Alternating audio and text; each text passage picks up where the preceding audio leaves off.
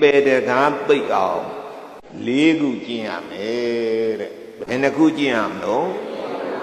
အဲ့ဒီ၄ခုကျင့်ရင်အပေတကားပိတ်တယ်တဲ့အပေမကြတော့တင့်နံပါတ်သီလဝိသုဒ္ဓိသီလစင်ကြယ်အောင်ကျင့်ဆိုတာခုနက၅ပါးသီလဆောက်တည်ပြီးလို့မဟုတ်လားသီလဆောက်တည်လိုက်တယ်ဆိုရင်သီလစင်ကြယ်သွားတာပေါ့ဘောပေါက်လား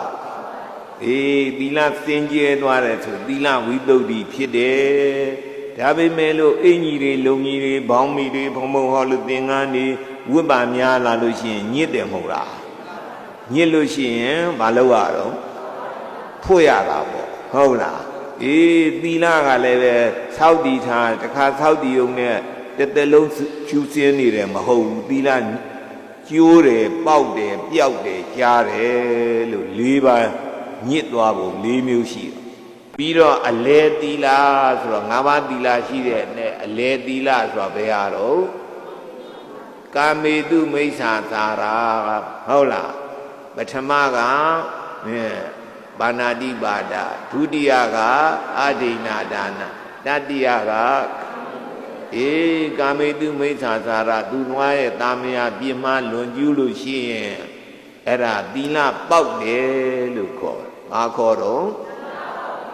အင်ကြီးလုံကြီးတွေမီးလောင်ပေါက်တာတွေ့ဘူးတဲ့မို့လားအဲ့ဒါလိုပဲ၅ပါးသီလဒီလို၅ခုရှိတဲ့နဲ့အလေကောင်ကသီလပြက်သွားလို့သီလပေါက်တယ်မပေါက်စီနဲ့ဟုတ်လားသီလကျိုးရင်တော့လည်းကောင်းပေါက်ရင်တော့လည်းကောင်းအပေတကားမပိတ်ဘူးတဲ့ဘုံကြီးတာဘာကြောင့်ဘုံကြီးတယ်လေဆိုရင်ဘုရားကုံတော်ပရိစိတ်မေတ္တာပွားအဲ့လိုဘုရားကုံတော်ပရိစိတ်မေတ္တာပွားတော့စိတ်တဝိသုဒ္ဓိစိတ်စင်ကြယ်သွားတယ်တဲ့စိတ်စင်ကြယ်အောင်လုပ်နည်းဆိုဒီမှာဘုရားကုံတော်ပရိစိတ်မေတ္တာပွားစိတ်စင်ကြယ်ဤစိတ်တဝိသုဒ္ဓိဖြစ်၏သိပလားဟဲ့အတ္တကိုဖယ်လိုက်ပါ